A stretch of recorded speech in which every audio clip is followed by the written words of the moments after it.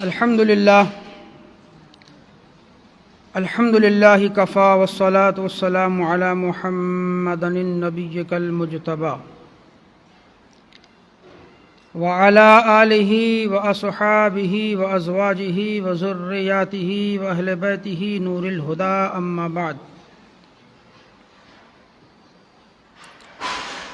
فقد قال اللہ تبارک وتعالی فی القرآن المجید اعوذ باللہ من الشیطان الرجیم قل لا اسألکم علیہ اجرا الا المودۃ فی القربى وقال فی مقام فاذکرونی اذکرکم واشکروا لی ولا تکفرون یا ایھا الذین آمنوا استعینوا بالصبر والصلاۃ ان اللہ مع الصابرین ولا تقولوا لمن يقتل في سبيل الله اموات صدق اللہ مولانا العظیم وبلغنا رسولہ النبی الامین المکین المتین الکریم ونحن على ذلك لمن الشاہدین والشاکرین والحمد للہ رب العالمین۔ نہایت ہی عقیدت و محبت کے ساتھ بارگاہ رسالت مآب میں اپنی محبت کا نذرانہ عقیدت پیش کرے، پڑھے باواز بلند اللہم صلی علی سیدنا و نبینا مولانا محمد معدن الجود والکرم وعلی آلہ وصحابہ وبارک وسلم صلاۃ و سلاما علیک یا رسول اللہ۔ ایک مرتبہ اور پڑھ لیجئے اللہم صلی علی سیدنا شفیعنا حبیبنا مولانا محمد معدن الجود والکرم وعلی آلہ وصحابہ وبارک وسلم صلاۃ و سلاما علیک یا رسول اللہ صلی اللہ تعالی علیہ وسلم۔ حصول بخشش و نجات کے لیے ایک مرتبہ اور پڑھ لیجئے صلی اللہ علی النبی الامی وآلہ صلی اللہ تعالی علیہ وسلم صلاۃ و سلاما علیک یا رسول اللہ صلی اللہ تعالی علیہ وسلم۔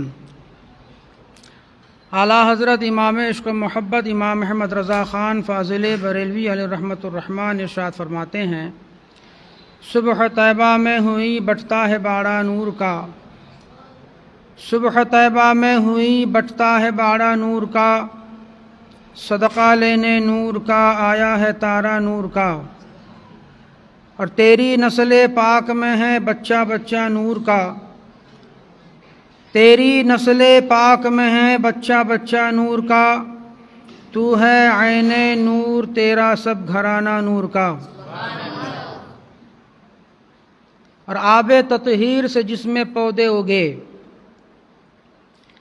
آب تطہیر سے جس میں پودے اگے، اس ریاض نظافت پہ لاکھوں سلام، اور کیا بات رضا اس چمنستان کرم کی، کیا بات رضا اس چمنستان کرم کی، زہرا ہو کلی جس میں حسن و حسین پھول۔ معزز احباب اہل سنت و جملہ سامعین،